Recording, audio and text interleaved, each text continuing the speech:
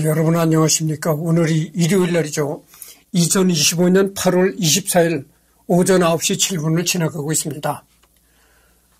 이제는 그 나무 위키를 리딩할 차례죠. 그래서 여기 보면은 제임스 아서, 짐 러블 주니어 이렇게 나와 있습니다. 근데 짐 러벨이라고 했었는데, 전번 시간엔 짐 러벨이라고 했었는데, 이번에는 여기에 나온 건 짐 러블이라고 나왔네요.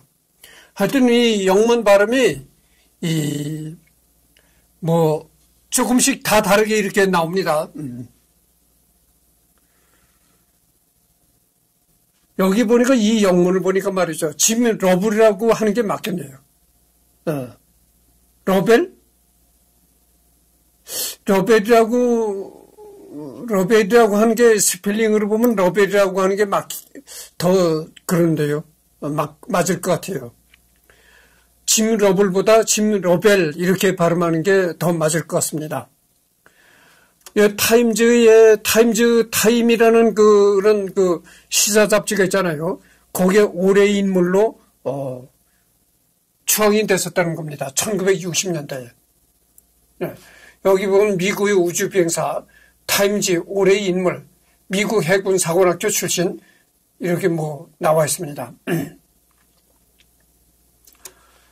이 짐 러벨의 그 우주복을 입은 모습이죠. 여러분, 이 우주복이 말이죠.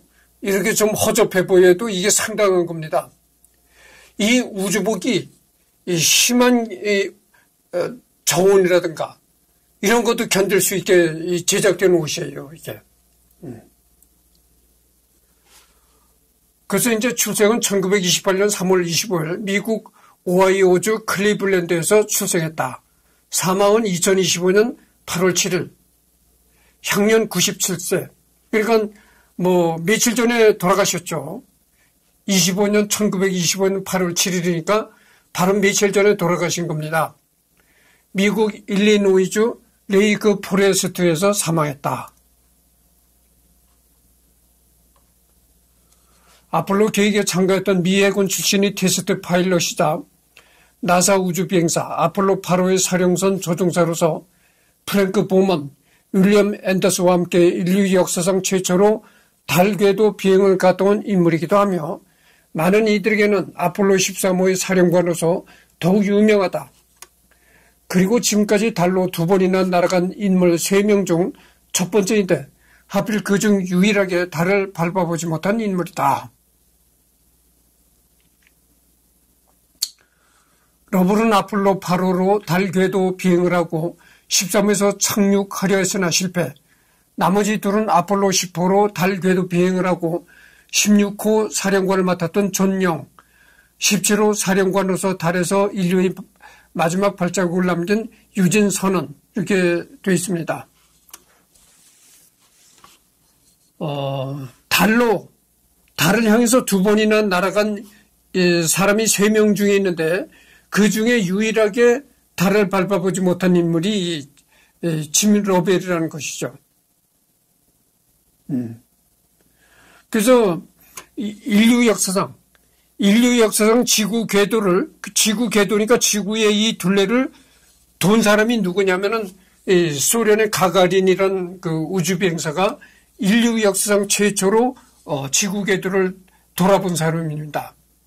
그러니까 이 짐 러벨은 가가린과 같이 지구를 도는 게 아니고 달 궤도를 돌았다 이거죠. 달을 한 바퀴 도는 사람이 된 겁니다.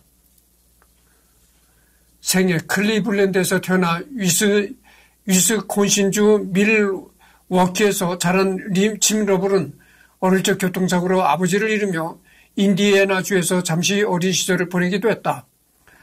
어릴 때부터 로켓이나 비행기 등에 흥미를 보였다고 러블은 윈스콘신 대학교 메디슨에 입학하였지만 학교를 다니다 말고 재수를 선택하여 미국 해군 사관학교에 들어가 1952년 임관하였다.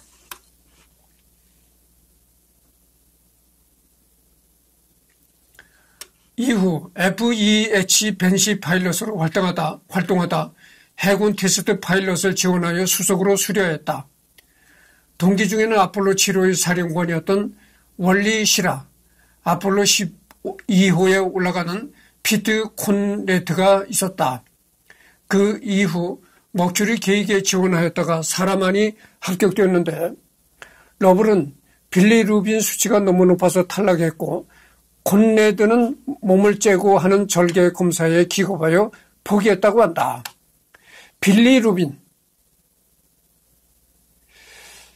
적혈구가 수명을 다해 파괴되어 구성물질인 헤모글로빈 중 철 성분인 햄은 간에서 재흡수되고 나머지는 빌리루빈으로 전환되어 슬개즙으로 저장한 뒤 위에서 소화된 음식물이 십이지장을 지날 때 같이 섞이게 되고 소장을 지나 대장에서 나오는 최종 부산물인 똥의 색깔이 갈색을 띠는 이유가 바로 빌리루빈 때문이고 말기 간암 환자들 대부분이 빌리루빈을 처리하지 못해서 몸에서 변냄새가 난다.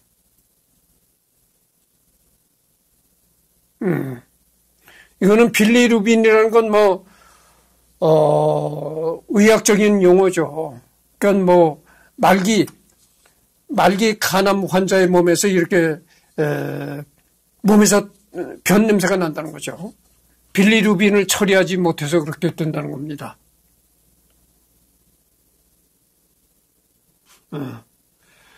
그래서 이제 사라만이라는 사람이 합격되었는데, 우주비행사 자격으로 합격되었는데 짐 러블은 빌리루빈 수치가 너무 높았다 이거죠. 그래가지고 탈락했고 콘레드는 몸을 째고 하는 절개 검사에 기겁하여 포기했다고 한다. 우주에서 이렇게 죽을 생사 고비를 넘기고 무사히 지구로 돌아왔을 때 이렇게 환영을 받는 이런 모습입니다. 이게 이제 가운데가 빌리루빈이죠. 빌리루빈이 아니고 빌리루빈은 사람 이름이 아니고 참 미안합니다. 자꾸 이렇게 헷갈려서 짐 러벨이죠. 짐 러벨. 이 사람 모자를 쓰지 않은 사람이 짐 러벨이죠. 재민이 12호에서 돌아온 뒤 에식스급 항공모함 10호함 USS 와스프에서 찍은 사진. 옆에 있는 인물은 버즈 올드린이다. 그러니까 내가 방금 전에도 말을 잘못했는데 지구에서 죽을 고비를 넘기고 돌아온 것이 아니고 그거는 아폴로 13호 때 그랬죠. 그러니까 이런 그 이미지는 뭐냐면은 아폴로 13호에서 죽을 고비를 넘기고 돌아왔을 때 환영받았던 그런 모습이 아니고 그 전에 재민이 12호에서 이제 12호를 타고 우주로 갔다가 돌아왔을 때 환영받는 모습이다 이거죠. 그러니까 아폴로 이전에 재민이호 이후 1961년 USC에서 공부한 후 재민이 계획이 시작되며 우주비행사 프로그램에 재도전한 러블은 존영, 피트 콘레드와 함께 당당히 합격했다.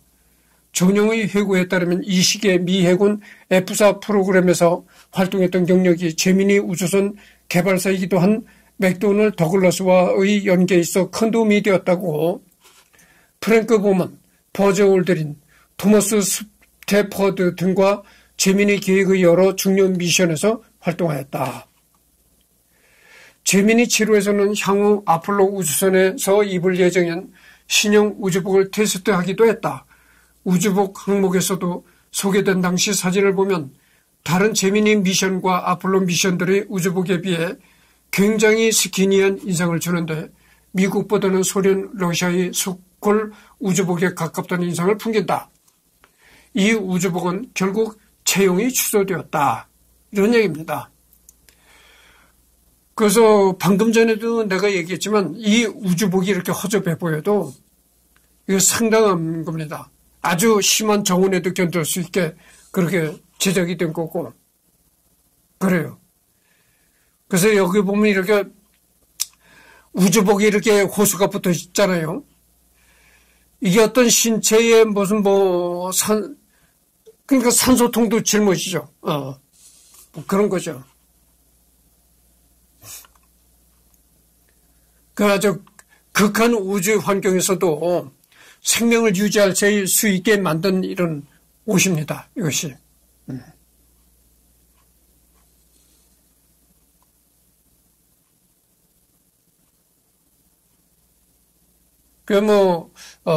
전번 시간에도 내가 얘기를 했지만, 이게 그냥 가려면 누가 가겠어요? 까딱 잘못하면 우주에 가서 죽을 수도 있는 건데. 그러니까, 미 정부에서 내가 확실한 건 모르지만, 미 정부에서 이 사람들한테, 우주 비행사들한테 약속을 할 겁니다. 갔다 오면은 평생 먹고 사는 걱정은 안 해도 된다. 그렇게 아마 정부가 지원을 해줄 거다. 그러니까 갔다 와라. 이렇게 조건을 내걸을 겁니다. 그러니까 죽음을 무릅쓰고 갔다 오는 것이지. 그렇지 않으면 누가 가겠어요. 그러니까 한 번 갔다 오면은 정말 평생 먹고 사는 걱정 없이 정부에서 이제 혜택을 주는 그런 게 있을 것이라고 난 봅니다. 내가 눈에 얘기를 하잖아요. 맨날 내가 돈 타령하는 사람이잖아요. 이 지구상에 모든 일이 다 돈으로 돌아가는 겁니다. 아니 돈 없이 공짜로 돌아가는 일이 어디 있겠어요. 그러니까 이 사람들도 그렇다 이거죠. 이 사람들도 돈 안 주고 그냥 우주를 갔다 오라면 누가 갔다 오겠어요. 잘못하면 우주에 가서 잘못하면 죽을 수도 있는데. 그러니까 미국 정부에서 이 우주 비행사들한테 그렇게 할 겁니다. 갔다 와라. 갔다 오면은 평생 먹고 사는 걱정 없이 해줄 거다. 이런 조건을 내걸을 겁니다. 7호와 12호의 우주복비교 둘 다 앞쪽이 러블이다. 각각 프랭크 보먼과 버즈 올드린이 함께했던 미션들이다. 이 앞에 사람이 이제 짐 로벨이라는 거죠. 여기 보면 이제 가슴팍에 이 나사 마크가 붙어 있죠. 그리고 여기는 두툼한 장갑을 끼고 그렇습니다. 아폴로 계획이 아폴로 1호의 화재 참사로 전폐의 위기에 놓였다가 겨우 살아나고 나서 달에 처음 갔다 오는 아폴로 8호의 사령선 조종사로 선발된 그는 1968년 크리스마스에 프랭크 보먼, 윌리엄 앤더스와 함께 달로 떠났다. 미션의 개요는 단순히 달 궤도에 진입하여 돌다 오는 것이었지만 당시 달 착륙선의 개발이 지체되고 소련이 곧 달에 사람을 보낸다는 첩보가 입수되면서 8호는 달 착륙선도 없이 그리고 세턴 V 로켓의 첫 유인 발사로 달 궤도에 갔다 오는 위험천만한 짓을 해야 했다.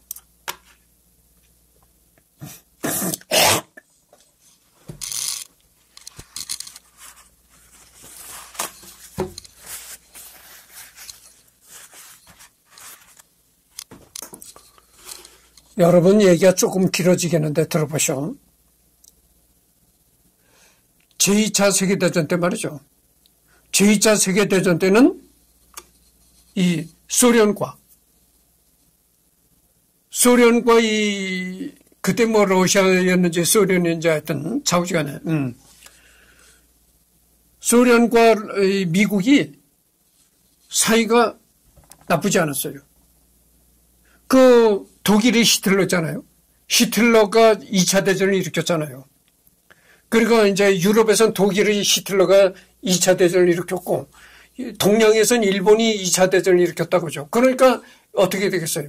미국은 유럽이 히틀러와도 싸워야 되고 동양의 일본과도 싸워야 되고 그렇다는 거죠. 두 군데서 전쟁을 할 수밖에 없는 거다 이거죠.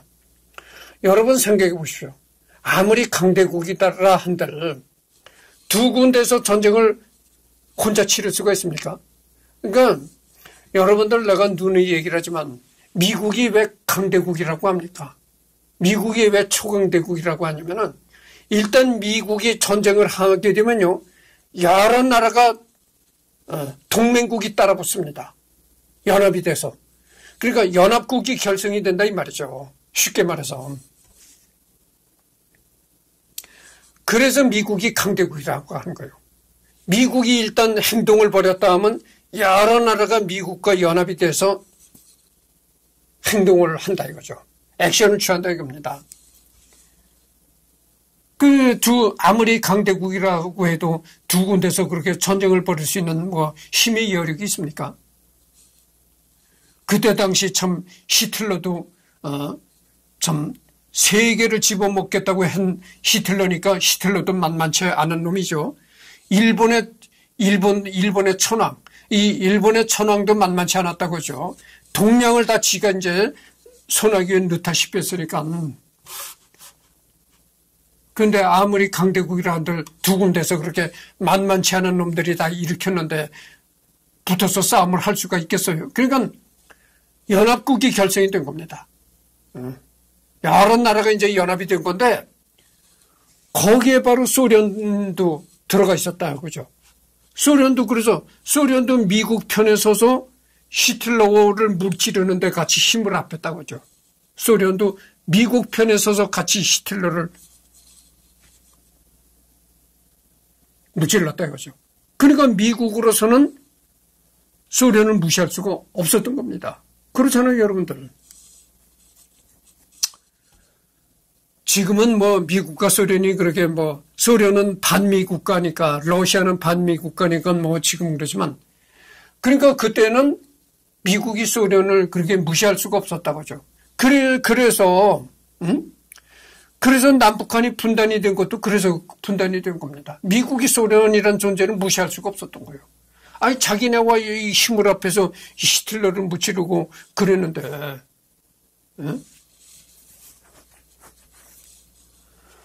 그랬는데, 나중에 2차 대전이 끝나고 나니까, 그 다음에 서로 이제 경쟁이 되는 그런, 신세가 된 거야. 소련과 미국이 서로 으르렁거리면서 이제 경쟁이 되는 그런 구도가 됐던 겁니다. 그러니까 히틀러라는 적이 있을 때는 같이 연합을 해서 싸웠는데 히틀러의 존재가 사라지고 나니까 그 다음서부터 서로 이제 으르렁거리는 원수로 돌변한 겁니다. 가만히 보니까 소련의 가가린이라는 사람이 지구 궤도를 돌았다 이렇게 뉴스에 나왔거든. 그때 당시 미국은요.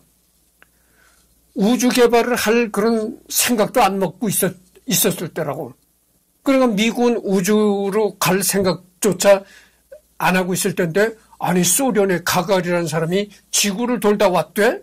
이렇게 세계 뉴스에 떠들썩하니까 미국이 큰 충격을 받은 겁니다.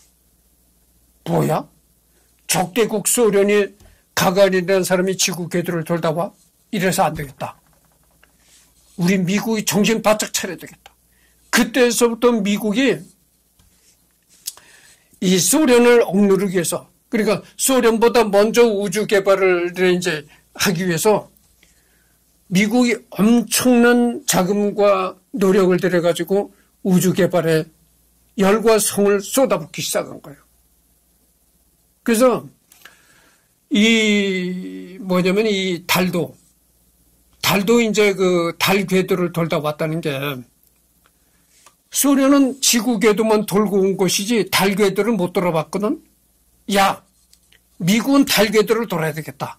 이래가지고 여러 가지 준비 상황도 부족한 상황, 준비도 완벽하게 준비도 잘 되지 않은 상황에서 달 궤도를 돌다 오라고 임무를 준 겁니다.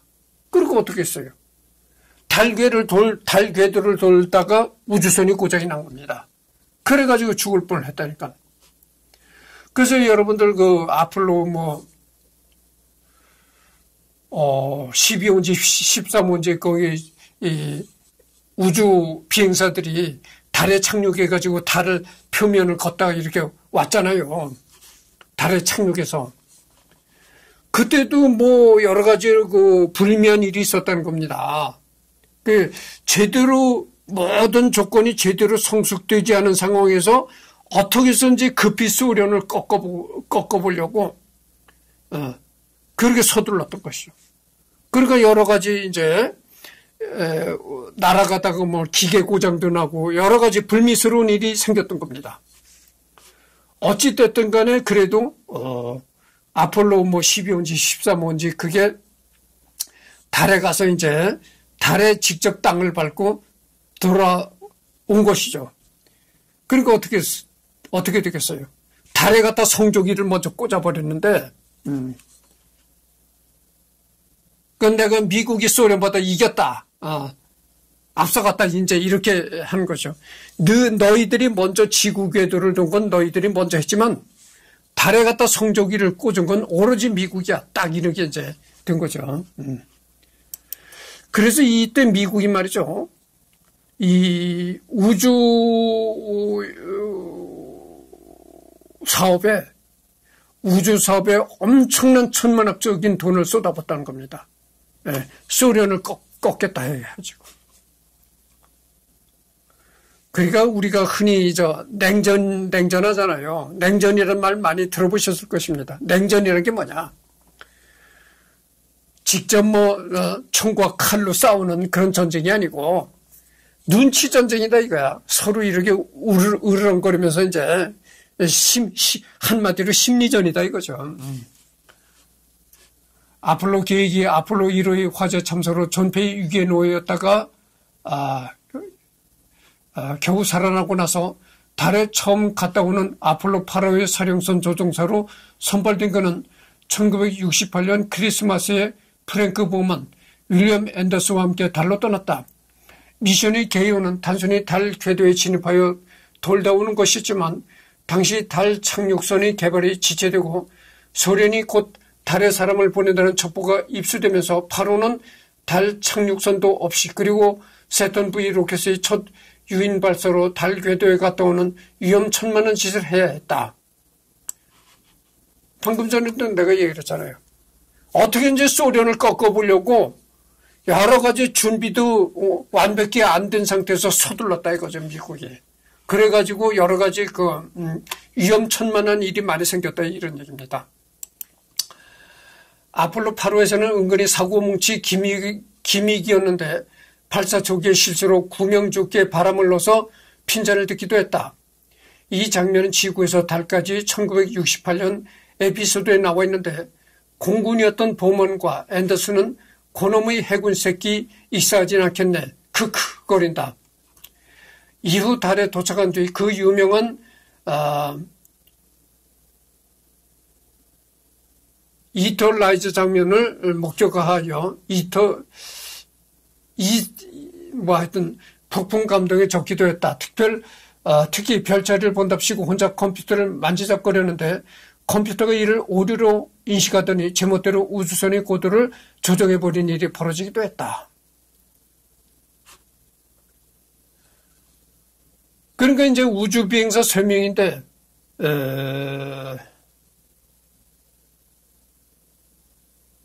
하여튼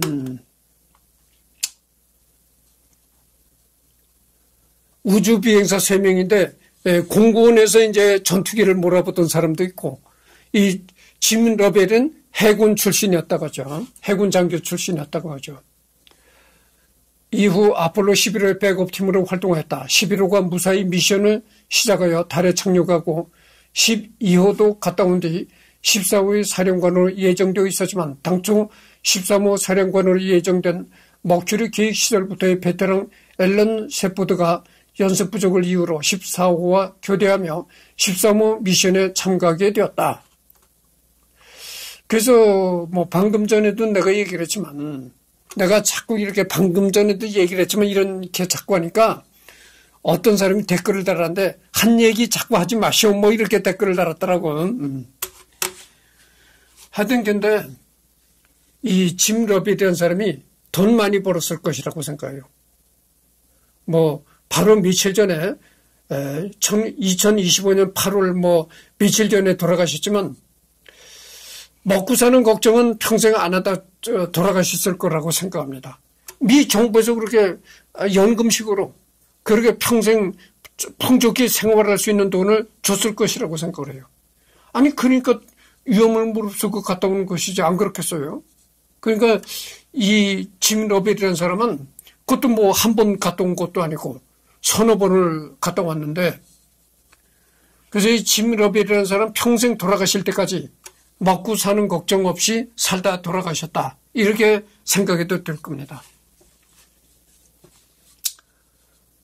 지금 25분을 경과했습니다. 그런데 아폴로 13호는 휴스턴 문제가 생겼다. 러블과 프레드 헤이즈, 잭 스와이커트는 정말로 죽을 뻔했으며 인류 역사상 지구로부터 가장 멀리까지 나가본 인물로 기록되었지만 끝내 달은 못 밟았다. 결국 달에 자신이 발자국을 남기며 무난한 은퇴 여행 성격으로 마무리될 예정이었던 마지막 미션은 하마터면 다시는 돌아오지 못할 뻔한 구사의 일생 미션이 되었다. 자세한 사항은 아폴로 13호 항목과 아폴로 13호 영화 참조. 정말 까딱 잘못했으면은 달과 가까운 우주 공간에서 달 궤도를 돌다가 사고를 당했으니까 달과 가까운 그런 우주에서 우주 공간에서 이제 죽을 수 있었던 것이죠. USS 이오지마에서 호놀룰루 지역 신문에 뜬 생환 기사를 읽는 러블.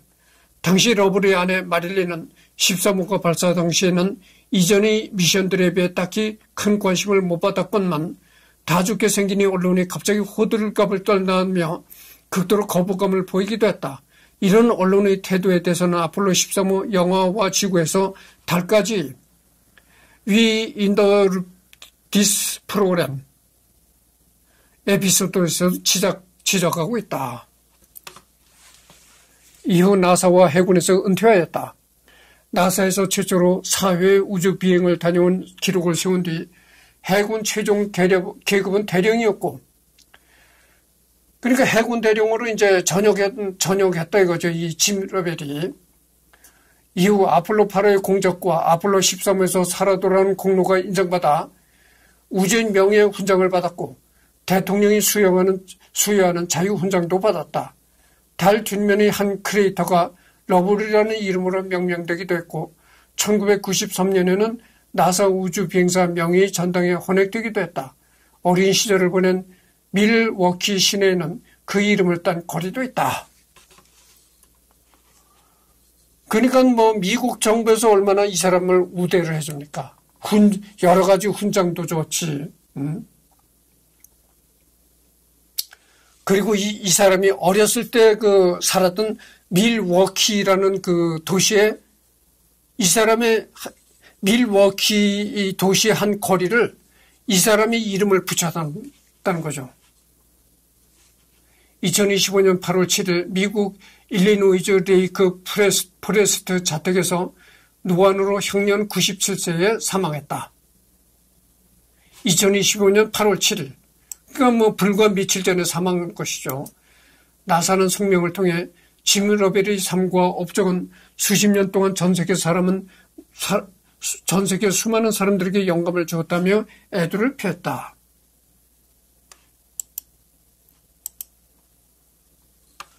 기타 영화 아폴로 13호에서 실제로 13호 승무원들을 구조했던 USS 이오지마 함의 함장 릴랜드 이 커크모 해군 대령 역으로 카메오 출연을 하기도 했다. 자신의 캐릭터를 연기한 톰 행커스와 격한 악수를 나눈다. 이후 2002년 톰 행커스가 AFI 평생 공로상을 수상할 때 직접 참석해서 축하 인사를 해주기도 했다. 짐 러블이 무대에 등장해서 거수 격려를 하자 벌떡 일어나서 마찬가지로 거수 격려를 하는 톰 행커스의 모습이 인상적이다. 마릴린도 함께 영화에 출연했는데 첫 발사 때 이를 구경하는 군중 중 한 명으로 등장했다. 짐 러블은 이후 노년이 되어서도 버즈 올드린이나 닐 암스트롱과 같은 베테랑들과 함께 나사 홍보를 하러 바삐 돌아다니기도 했다. 이 닐 암스트롱도 언젠가 내가 할 겁니다. 이 닐 암스트롱은 직접 땅을 밟았던 사람이죠. 달에 가서 걸어 다니기도 했던 사람이죠. 그러니까 짐 러벨은 직접 달에 가서 걸어보지는 못했는데 이 닐 암스트롱은 직접 달에 착륙해서 걸어 다니기도 했다고 하죠. LG V30 프로모션 영상에 출연하기도 했다. 가상현실을 이용하여 VR 헤드셋을 착용하고 달에 무사히 착륙해 달 표면에 발을 내딛고 지구를 바라보는 체험을 하는 모습이 아련하다. 아내 마릴린과는 자식도 많이 낳았고 손주도 많이 보며 짐과 백년해로했다. 마릴린은, 그러니까 짐 러벨의 아내 마릴린은 2023년 8월 27일 93세의 나이로 자택에서 평화롭게 세상을 떠났다. 그러니까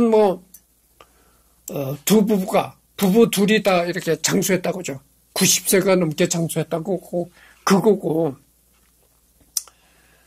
방금 전에도 내가 얘기를 했잖아요.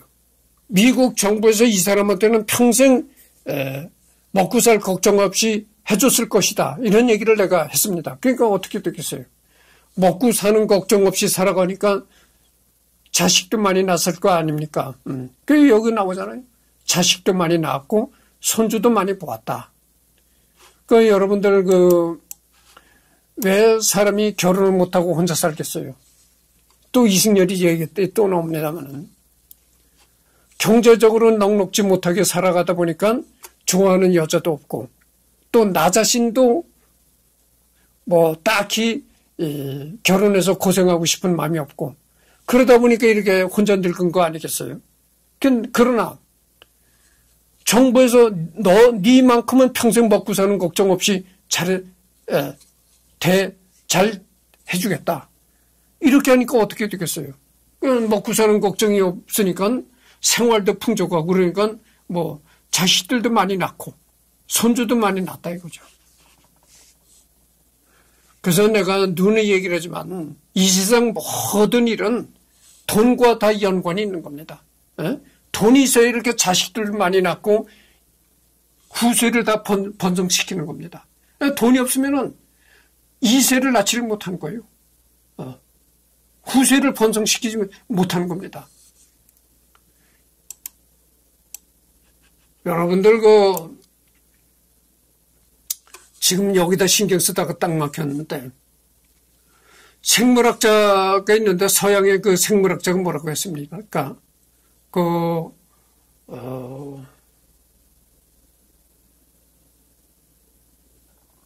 하여튼 그 얘기는 그럽시다. 떠오르질 않아요. 딱 먹겠습니다. 사실 이 점이야말로 아폴로 시절 우주 비행사들 중 가장 돋보이는 요소이자 러블 부부의 자랑거리기도 하다.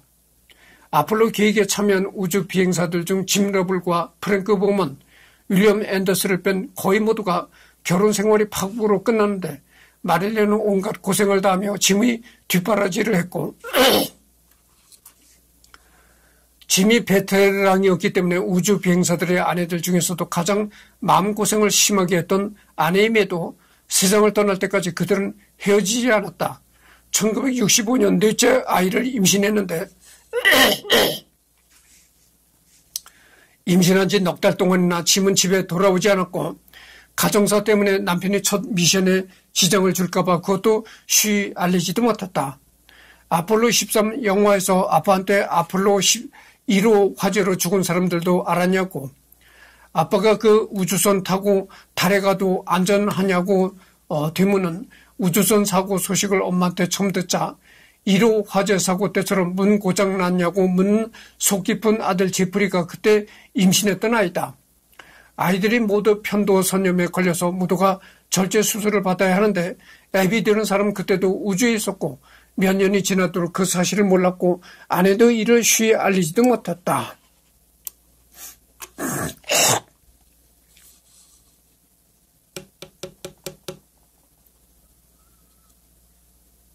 그러니까 우주를 떠돌 때 이 아내가 임신 몇 달인 적도 있었다고 하죠. 그러니까 그 우주에 갔을 때는 전혀 이 가정에 대해서 알 수도 없었고 그랬었다고 하죠. 그러니까 그때 우주로 떠났을 때 가정에서 생기는 모든 일은 아내가 다 알아서 처리할 수밖에 없었다고 합니다. 그래서 여기 나온 거 보면은 모든 우주 비행사 이 사람 말고 다른 우주 비행사들이 또 많았거든. 모든 우주 비행사들은 거의 이혼을 많이 했다는 겁니다. 근데 이 짐 러벨만은 이 짐 러벨만은 이혼을 하지 않고 평생 해로했다. 이런 얘기죠. 그래서 아마 내가 짐작하기에는 이런 것 같아요. 그래서 이렇게 한번 우주에 갔다 오면은 미국 정부에서 아마 적어도 우리나라 돈으로 생각을 해본다면, 지금 2025년 물가 기준으로 생각을 해본다면 월 한 1,000만 원씩은 연금으로 지급하지 않았을까 이렇게 생각을 해요. 고정연금으로. 여러분들 1,000만 원이면 어떻게 됩니까? 1,000만 원이면은 거기서 세금을 제하고 나면 한 800 정도를 실수령액이 될 텐데 그 정도는 주지 않았을까 생각해요. 월 1,000만 원이면 어떻게 됩니까? 연봉으로 1억이 넘는 거잖아요. 그래도 아무리 못해도 목숨을 걸고 우주까지 갔다 온 사람인데, 아무리 못 줘도 억대 연봉은 줘야 될 것 아니겠어요? 그러니까 아무리 못 줘도 최소 1,000만 원 정도는 지급하지 않았을까 이렇게 생각합니다. 평생. 연금식으로. 그리고 그 외에도 여러 가지 또 혜택을 줬겠죠. 쉽게 말하면 의료 혜택. 병원 같은 데 간다 하면 그 우주 비행사였다 하는 증서를 내밀면은 무료로 치료를 해준다든지 아마 여러 가지 혜택도 줬을 것이라고 생각해요. 그리고 우리나라식으로 얘기를 한다 어떤 아파트 당첨 같은 거, 그럴 때는 1순위로 이 우주 비행사들을 준다. 이런 여러 가지 그게 있었을 것입니다. 아폴로 8호에 탑승한 우주인들 중 마지막 생존자였다. 그리고 유독 이혼율이 높은 우주 비행사들 중에 유일하게 모든 멤버가 이혼하지 않고 결혼 생활을 유지한 우주인으로도 드물게 가정적으로도 대단한 멤버들이다. 그래서 여는 그 우주 비행사들이 거의 다 결혼 생활을 오래 하지 못하고 이혼했는데, 이 짐 러벨만큼은 평생 한 아내와 더불어서 살았다. 이런 얘기죠. 그래서 아내도 90세가 넘는 장수를 했고, 예전에는 이 90세가 상당히 90세도 살기 어려웠잖아요. 지금은 90세가 많아요. 90세 넘는 사람도 많습니다, 지금은. 100세 시대라고 해가지고 100살까지 사는 사람들 많은 세상이 됐잖아요. 그렇습니다. 러블은 아폴로 8호로 달 궤도 비행을 하고 13호에서 착륙하려 했으나 실패. 나머지 둘은 아폴로 10호로 달 궤도 비행을 하고 16호 사령관을 맡았던 존영, 17호 사령관으로서 달에서 인류의 마지막 발자국을 남긴 유진 선원. 적혈구가 수명을 다해 파괴되어 구성물질은 헤모글로빈 중 철 성분인 햄은 간에서 재흡수되고 나머지는 빌리루빈으로 전환되어 쓸개즙으로 저장한 뒤 위에서 소화된 음식물이 12지장을 지날 때 같이 섞이게 되고, 소장을 지나 대장에서 나오는 최종 부산물인 똥의 색깔이 갈색을 띤 이유가 바로 빌리루빈 때문이고, 말기 간암 환자들 대부분이 빌리루빈을 처리하지 못해서 몸에서 변냄새가 난다.